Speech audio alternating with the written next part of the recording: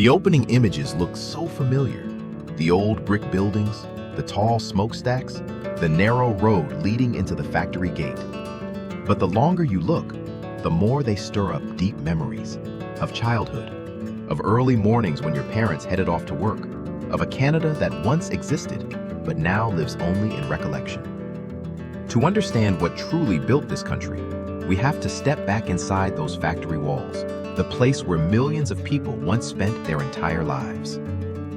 Imagine it's 1965. Hamilton, Windsor, Oshawa, cities buzzing with the constant rhythm of machines. The air is thick with the smell of oil and hot steel. The sound of work boots echoes on concrete floors. Stamping presses thud in steady beats, and sparks from welding torches flash across the vast workshop. That was the sound of industrial Canada, the heartbeat that kept the country moving. At Massey Ferguson, workers are assembling tractors that will roll across the prairie fields for decades. At General Motors in Oshawa, welders are piecing together the frames of cars that will carry Canadian families from province to province. And in Montreal, textile mills run 3 full shifts, turning out fabric for the entire nation. These jobs weren't just jobs, they were a lifetime. Your father might have worked there, maybe even your grandfather. You knew the road to the factory, the rhythm of the machines, the faces at every station. This was the world that built modern Canada. And for anyone over 50 today, those memories still sit vividly in their minds, untouched by time. Imagine a small town in Ontario in 1970. Life there moved with a steady rhythm, and at the center of it all was the factory whistle. Every morning at exactly 7 a.m., the whistle echoed across the whole town, so clearly that no one could miss it. For a little girl back then, that sound became a memory she would never forget. It meant her father had started his shift, the neighbors were waking up, and a new day had officially begun. And in the evening, when the whistle blew again, dinner was already on the table. The kids had come home from school, and the whole town gently settled into its nighttime routine. Inside the factory, the air carried the familiar smell of oil and hot steel, a scent many people connected with the stability of their home life. Metal lunchboxes clinked softly as workers sat down at their stations. Thermoses of hot coffee were opened during breaks. People chatted about hockey scores, weekend plans, and their laughter echoed through the wide factory hall. It wasn't just a workplace, it was a community tied together through every shift, every task, every long winter. There was real pride in the work they did. Pride in building tractors strong enough to cross frozen fields. Pride in welding the frames of cars that would carry Canadian families thousands of miles. In many families, 3 generations walked through the same factory doors. A grandfather starting in the 1940s, a father in the 1960s, and the son stepping into the same role in 1982. Working 30 years in the same place wasn't unusual. It was almost expected. Across Canada, factories were the lifeline of entire towns. You could walk in, introduce yourself, and start work the next day. One income was enough to support a whole household. A clear 30-year path led to retirement with a solid pension. Union halls were community hubs, hosting Christmas parties and summer picnics. Corner shops prepared fresh sandwiches knowing exactly when the whistle would blow. Life back then had order, it had rhythm, and the factory was the heart that kept everything beating. When you look at Canada's factories from that era, it wasn't just the daily routine that defined them, it was what they created. Take Hamilton, for example. People called it the Steel City for a reason. The furnaces there burned red day and night, casting an orange glow over the winter sky. That light was a sign. Thousands of workers were shaping the steel that would become Montreal's bridges, Toronto's skyline, and the great spans along the Trans-Canada Highway. That steel wasn't just material, it was the country's backbone. Then there were Windsor and Oshawa, the pride of Canada's automotive industry. Names like General Motors, Ford, and Chrysler didn't just represent companies, they were like giant training grounds. A young man could walk in with no experience and, over the years, grow into a skilled tradesman. The job wasn't only about tightening bolts or welding frames. It was a lesson in engineering, precision, and understanding every part of a machine built to survive the toughest winters. Farther east, Towns like Sault Ste. Marie relied completely on the steel mill. For people there, work wasn't just a paycheck, it was identity. If someone asked where you were from, you simply said, "The Sioux," and everyone knew exactly what that meant. In Quebec, textile mills ran 3 shifts a day, producing fabric that clothed Canadians for generations. Bombardier built the snowmobiles that carry people through long, snowy winters. And CCM produced the bicycles and hockey gear that became part of countless childhood memories, often found under Christmas trees across the country. Out on the prairies, Massey Ferguson tractors were legends. They were built by people who understood what it meant to work in -40 degrees or in summer heat that cracked the ground. Every tractor that rolled out of the factory carried the workers' pride with it. These factories didn't just make things, they built communities. They shaped identity. They created a sense of belonging, places where skills were passed down, routines became rituals, and the true meaning of honest work was learned one shift at a time. Time has a way of changing things, sometimes slowly, sometimes suddenly. And from the late 1970s through the 1980s, Canada stepped into a different era.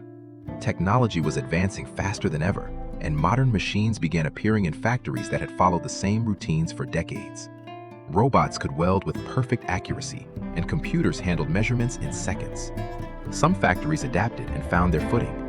Others struggled, fell behind, and quietly began to shrink. There wasn't one big moment that marked the change. It came through a series of small shifts.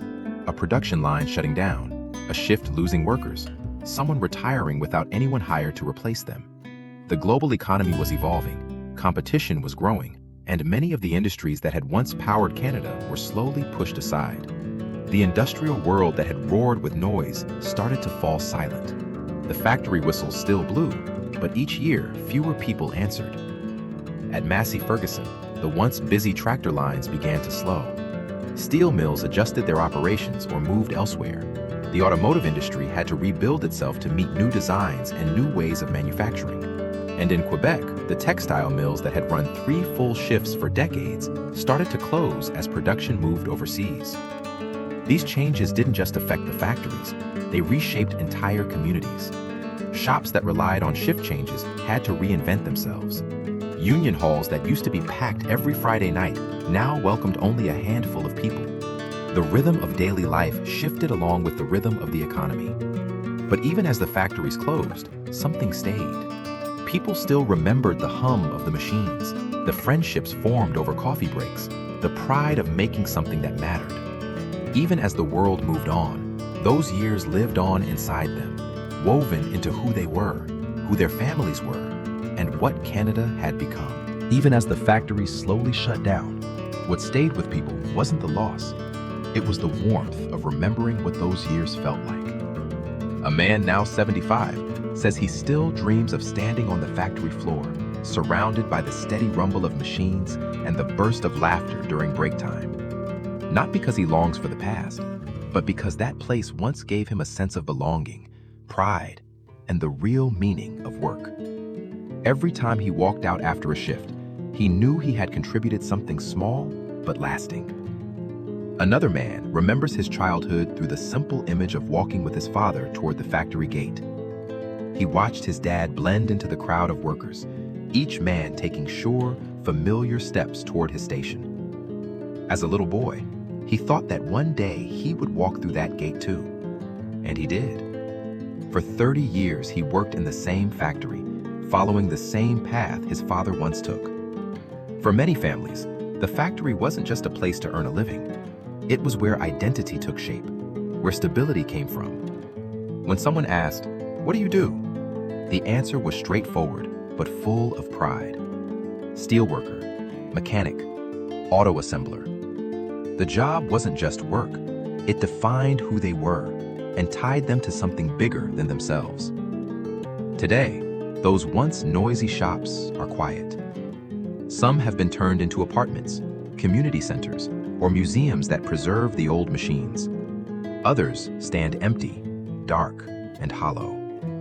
But the values those factories represented, the hard work, the pride in doing things right, the belief that honest labor matters, still live in the people who once worked there. That is the real legacy. Not the machines or the buildings, but the way people lived, the way they taught their children, and the steady determination they carried into their lives.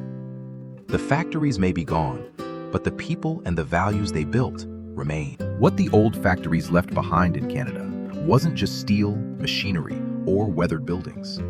More importantly, they left behind a set of values, lessons in character, skill, and work ethic that were passed down from one generation to the next.